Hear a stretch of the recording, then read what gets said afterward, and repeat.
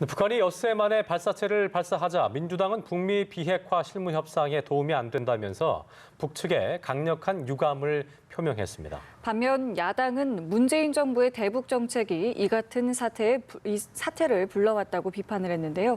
국회 취재기자 연결해 보겠습니다. 구아림 기자.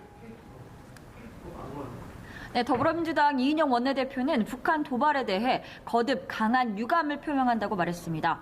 그러면서 북미 실무 협상에 큰 도움이 되지 않을 것으로 생각한다고 말했습니다. 하지만 그러면서도 이 민주당 지도부는 김대중 노무현 전 대통령 추모 사진전에 참석해 문재인 대통령이 강조한 평화 경제 구상을 뒷받침하고 한반도 평화 번영 정책을 일관되게 추진하겠다는 의지를 드러냈습니다. 민주당 이해식 대변인은 북한이 문 대통령의 경축사를 비난한 데 대해서는 문 대통령을 직접 지칭하지 않아 수위 조절을 한 것은 다행이라면서도 무례하고 도발적 언사는 한반도 미래에 바람직하지 않다고 밝혔습니다. 자유한국당 황교안 대표는 북한이 미사일을 쏘는데도 청와대와 정부는 제대로 반박하지 못하고 있다며 정부가 굴종적 모습을 취하고 있다고 비판했습니다. 또 문 대통령의 광복절 경축사를 언급하며 평화 경제는 내용 없는 언어의 수사가 아닌가 걱정한다고 말했는데요. 황 대표는 곧 청와대로 가 긴급 기자회견을 열 예정입니다.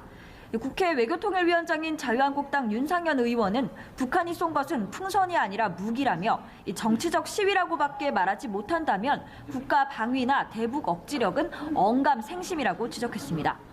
바른미래당 오신환 원내대표도 문재인 정부의 대화 지상주의가 통미봉남을 넘어서 대한민국을 배제하는 통미배남을 불러왔다며 정부는 북한의 도발과 대화 거부도 한반도 프로세스의 일환인지 대답해야 한다고 촉구했습니다.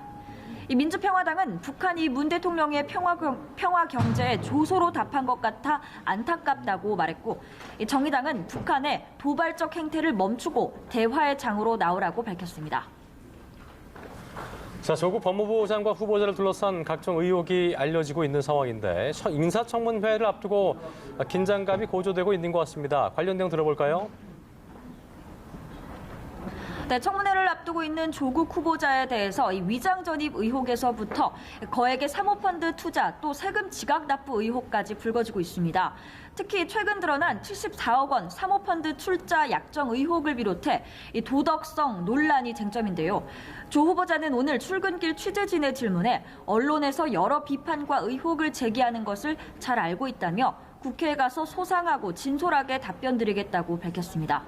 민주당 이인영 원내대표는 법적으로도 문제가 없는 것으로 보인다며 결정적 하자가 되지는 않을 것으로 본다고 말했습니다. 이런 가운데 한국당 김진태 의원은 조 후보자가 과거 남한사회주의 노동자동맹, 일명 산호맹에서 활동하면서 이 무장 봉기 혁명을 주장했다고 밝혔는데요. 1992년 발간된 산호맹 산하 남한사회주의과학원 기관지인 우리사상에 이 노동자 계급의 투쟁을 촉구하는 내용이 담겼는데 조 후보자가 가명을 사용하면서 이 제작에 관여했다는 겁니다. 이와 관련해 민주당은 야당이 색깔론을 동원해서 흠집내기를 시도한다고 비판해왔는데요. 아직 청문회 날짜가 정해지지는 않았지만 청문 정국의 긴장감은 점점 더 고조될 것으로 전망됩니다. 지금까지 국회에서 전해드렸습니다.